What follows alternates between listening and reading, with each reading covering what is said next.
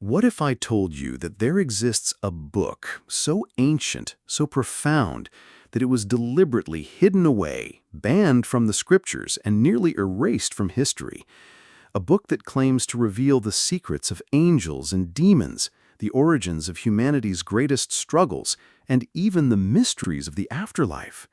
That book is the Book of Enoch, a forgotten scripture whispered about by mystics, feared by theologians, and revered by those who seek to peer behind the veil of ordinary reality. Imagine for a moment, the year is thousands of years ago, and the world is still raw, wild, and untouched by the machines of modernity. The heavens are not distant metaphors, but living realities. Constellations speak, angels walk beside men, and knowledge is passed down not through books, but through vision, revelation, and direct experience. In this world lived a man named Enoch, the great-grandfather of Noah, the one man who, according to ancient tradition, did not taste death. Instead, he was taken by God, ascending directly into the higher realms because of his purity, wisdom, and vision. But what did Enoch see in those realms? What was so shocking, so powerful, that the guardians of religion decided humanity was not ready to know? This is the mystery of the Book of Enoch, a text that was once cherished among early Christians, referenced by the writers of the New Testament, and revered by ancient mystics, but later declared heretical and locked away in obscurity. In this video, we will journey into that forgotten book. We'll explore the shocking visions it contains, tales of angels who fell in love with human women, secrets of forbidden knowledge passed down to mankind, and prophecies of judgment and renewal. We will uncover its philosophical depth, its symbolic power, and most importantly, its hidden relevance for your own spiritual path today. So, prepare yourself, not for a dry history lesson, but for a descent into mystery, a walk through forbidden corridors of wisdom, and a glimpse of truths that could transform how you see not only the past, but your very soul. Because once you hear the words of Enoch, you will never look at heaven or earth the same way again. The Book of Enoch is not just an obscure text buried in dusty libraries. It is a missing puzzle piece in the history of human spirituality. To understand why, we must step back and look at the world in which it was born.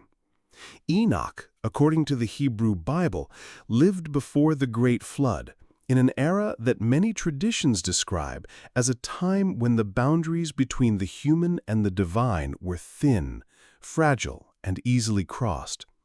The Genesis account gives us only a hint. Enoch walked with God, and then he was no more, because God took him. Such a strange, brief statement, almost as if the scribes were trying to conceal more than they revealed.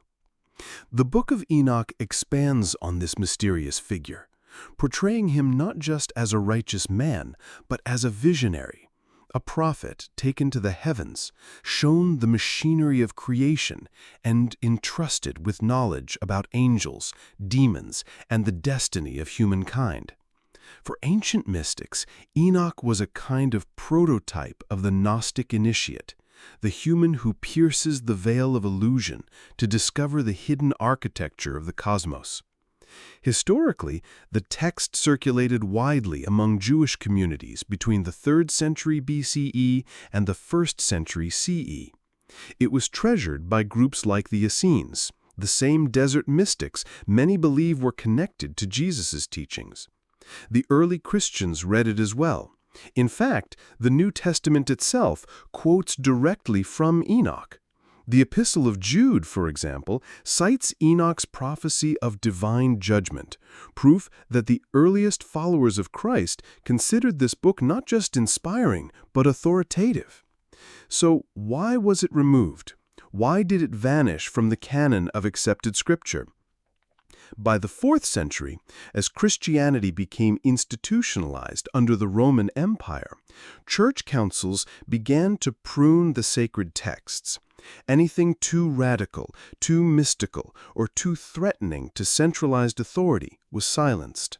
The Book of Enoch, with its daring claims of fallen angels mating with human women, teaching forbidden arts like sorcery, weapon-making, and astrology, was deemed too dangerous. Its message undermined the clean, controlled narrative of heaven above and earth below. And so it was cast aside. But not everywhere. The Ethiopian Orthodox Church preserved the Book of Enoch in full, treating it as holy scripture to this very day. Hidden in the highlands of Africa, this text survived while Europe forgot. When explorers and scholars rediscovered it centuries later, it was as if a lost continent of wisdom had re-emerged from the depths of time. Philosophically, the Book of Enoch is far more than myth. It is a meditation on the great questions. Where does evil come from? Why is humanity torn between light and darkness? Are we truly alone in the universe, or guided, tempted, and tested by unseen intelligences? It speaks in symbols, but those symbols are not arbitrary. The Watchers, the angels who descend to earth, represent forces of higher knowledge, powers that can elevate or destroy depending on how they are used. Their union with human women is not just a tale of forbidden love, it is a metaphor for the merging of spirit and matter, the blending of divine intelligence with earthly desire. The giants born from this union, the Nephilim, are both literal and symbolic, colossal distortions of energy that arise when sacred wisdom is corrupted. Thus, the Book of Enoch is not just a story, it is a warning. It tells us that knowledge without wisdom can lead to catastrophe, that the gifts of heaven can become the weapons of destruction if misused. And it reminds us that humanity has always stood at this crossroads, the choice between aligning with divine order or succumbing to the chaos of pride, greed, and lust. This is why mystics across the ages have been drawn to Enoch, for hidden in its verses are echoes of alchemy, astrology, hermeticism, and even the yogic sciences of the East.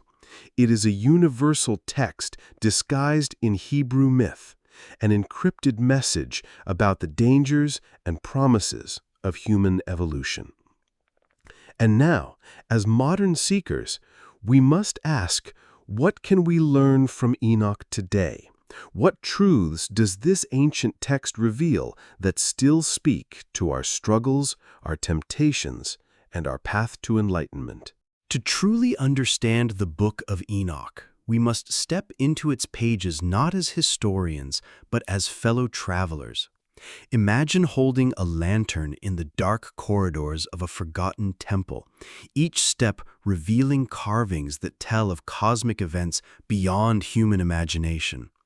The Book of Enoch is that temple, and its carvings are visions of the unseen world. At its heart lies one of the most controversial and captivating stories, the descent of the Watchers. These were angels, divine beings tasked with observing and guiding humanity.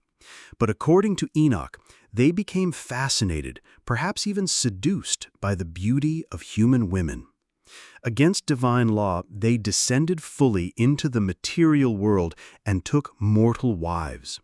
This act was not simply a rebellion, it was the mingling of heaven and earth, spirit and flesh.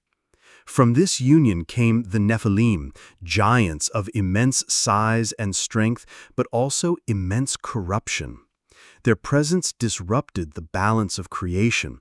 Imagine energies so vast that they could no longer be contained within the natural order. They devoured resources, spread violence, and destabilized the harmony of the world. The Nephilim were not just mythological creatures, they were symbols of excess, of what happens when knowledge and power are divorced from wisdom and humility. But the story does not end with their birth. The Watchers also passed forbidden knowledge to humanity. They taught men how to forge weapons, how to read the stars, how to practice sorcery, and even how to manipulate beauty with cosmetics. At first, this sounds like the birth of civilization. After all, aren't tools, astrology, and self-expression part of human culture? But within the esoteric reading, these teachings were premature revelations. Humanity was not yet ready. Just as giving fire to a child can end in disaster, so too did these heavenly gifts lead to destruction. Here, the Book of Enoch becomes eerily modern. Doesn't this mirror our own struggle with technology? We hold in our hands the power of nuclear fire, genetic modification, artificial intelligence, yet our wisdom lags behind. The Watcher's gifts remind us that knowledge alone is never safe. It requires alignment with higher principles. Without this, it creates giants, problems too massive to control. Enoch describes how the cries of the earth reached heaven. The violence, corruption, and chaos had grown unbearable. In response, the archangels, Michael, Raphael, Gabriel, and Uriel, intervened. They bound the Watchers, cast them into the abyss, and set divine judgment upon their offspring. The Great Flood, as told in the Noahic tradition, was not merely a punishment, it was a cleansing, a reset, to restore cosmic order. But Enoch's role is the most mysterious of all. Unlike Noah, who builds an ark, Enoch is lifted into the heavens. He becomes a mediator, a messenger between God and the fallen angels. In one vision, he travels through multiple layers of heaven, witnessing the throne of the Almighty, the paths of the stars, and the very blueprint of creation itself. He is shown calendars, cycles of time, the laws of nature, revealing that the cosmos is not chaos, but order hidden beneath mystery. This is where the book transforms from myth into metaphysics. Enoch's journeys are not just literal, but they're symbolic of the soul's ascent. Each heaven he enters represents a higher state of consciousness, a step on the ladder of initiation. The fallen angels, meanwhile, symbolize what happens when divine energy descends without restraint, when spirit becomes enslaved by matter. And so the Book of Enoch is a mirror.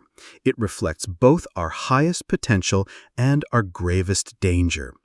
It whispers a warning that every gift of knowledge comes with a cost, every revelation carries responsibility, and every ascent risks a fall. Yet Enoch himself embodies hope. Unlike the Watchers, he shows that it is possible for a human being to walk so closely with the divine that they transcend mortality itself. His story is not only about angels who fell, it is about man who rose. If part 1 of the Book of Enoch was a tale of descent, angels falling, giants rising, and humanity burdened with premature knowledge, then part 2 is a tale of ascent, the journey of one man's soul beyond the boundaries of space and time. Enoch is taken into the heavens, and here the text becomes visionary, almost psychedelic. He is shown multiple layers of reality, realms within realms. Each level of heaven is described not as an abstract concept, but as a living place, radiant with light, sound, and power. Imagine walking through the gears of a vast cosmic clock, each turning in harmony, each representing laws unseen, yet deeply binding. Enoch is not simply a visitor, he is being initiated into the architecture of the universe. One of the most striking visions is of the celestial bodies themselves. Enoch is shown the courses of the sun, the moon, and the stars, each moving along paths established by divine law. To the uninitiated, this might seem like ancient astronomy, but to the esoteric reader, it is something deeper.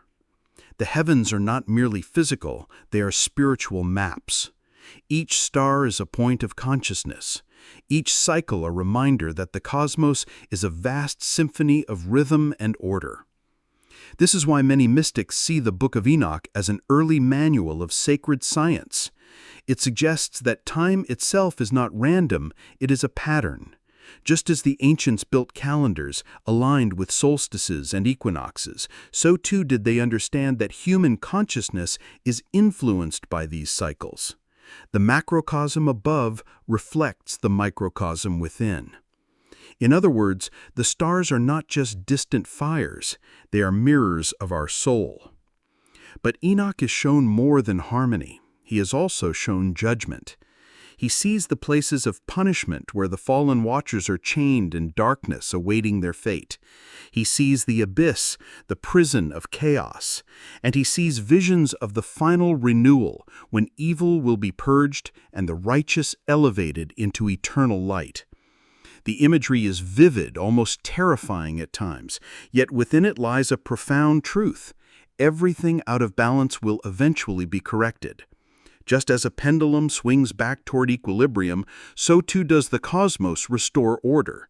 For seekers, this is both a warning and a promise.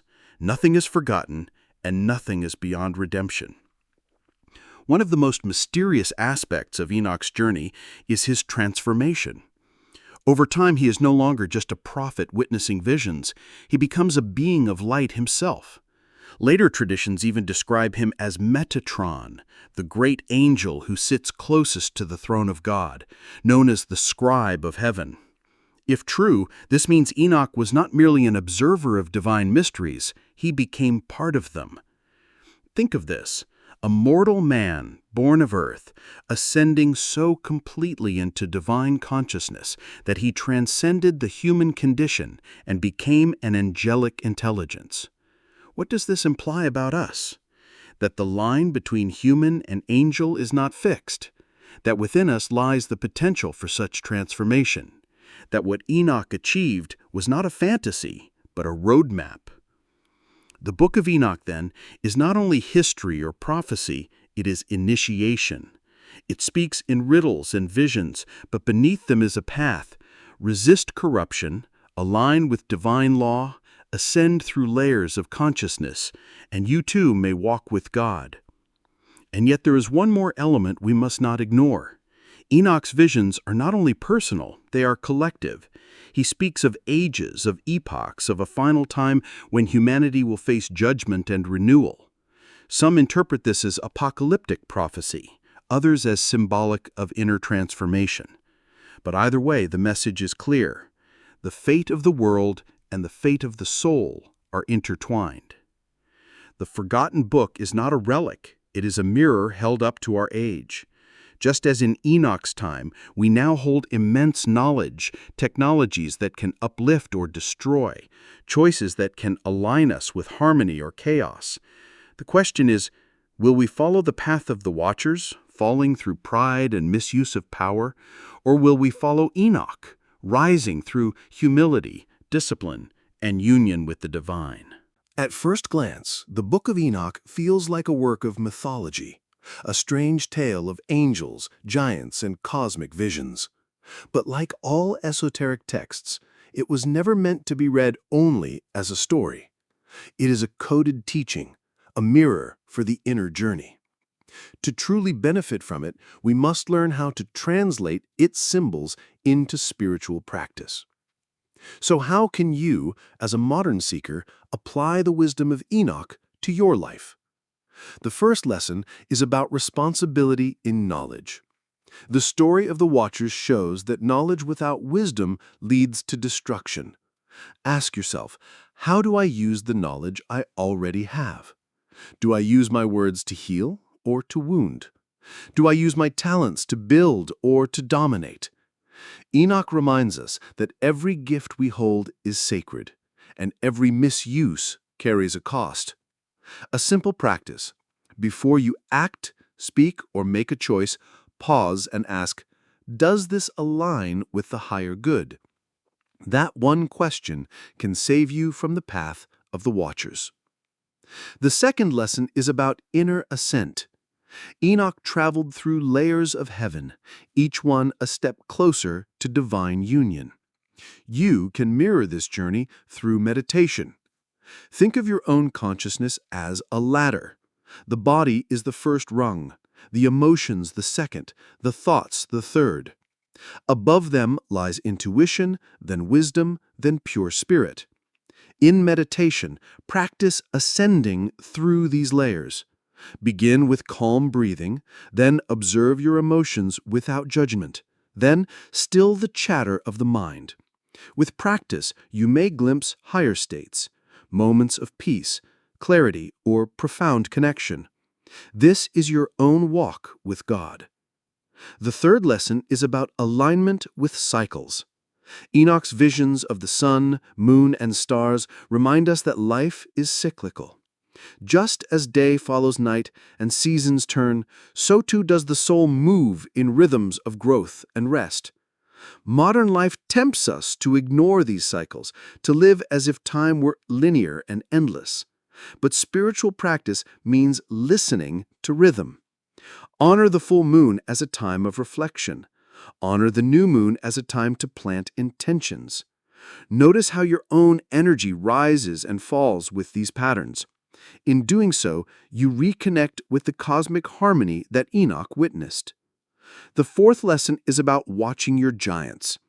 The Nephilim, those corrupted offspring, are symbols of forces within us that grow too large: pride, greed, addiction, uncontrolled desire. Each of us has our own giants to face. The practice here is awareness. Name your giant. Bring it into the light. Then begin to shrink it, not with violence, but with discipline and humility. Every time you resist the urge to feed it, you reclaim power from chaos. The fifth lesson is about transformation through humility. Enoch was exalted not because of arrogance, but because he walked with God. The mystical path is not about seeking power, but about seeking alignment.